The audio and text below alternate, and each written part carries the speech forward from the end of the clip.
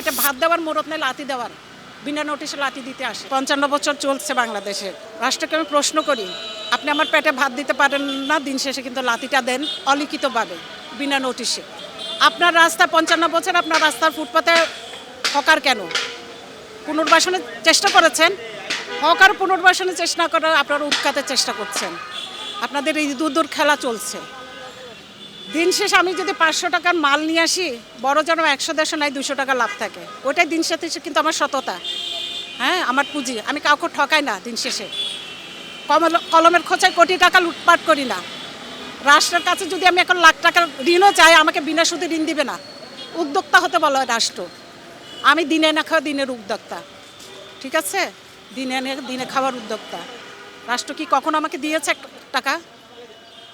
আমি যদি এখন রাষ্ট্রকে প্রশ্ন করি, কালকে একটা পয়লা বৈশাখ, আমাদের বাঙালির কৃষ্টি কালচারের একটা ঐতিহ্যবাহী দিন উদযাপিত হবে আগামীকাল। আজকে আমাদের পেটে লাথি মারা হলো, তা আমাদের কি মনটা ক্ষতবিক্ষত হয়নি?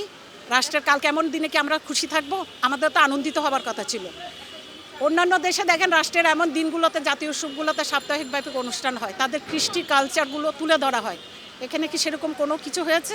বরং ধ্বংসস্তূপ করে দেওয়া হয়ে গেছে আমাদের কাছে। ধ্বংসস্তূপের উপর দাঁড় করা দিয়ে গেছে রাষ্ট্র বিনা নোটিশে।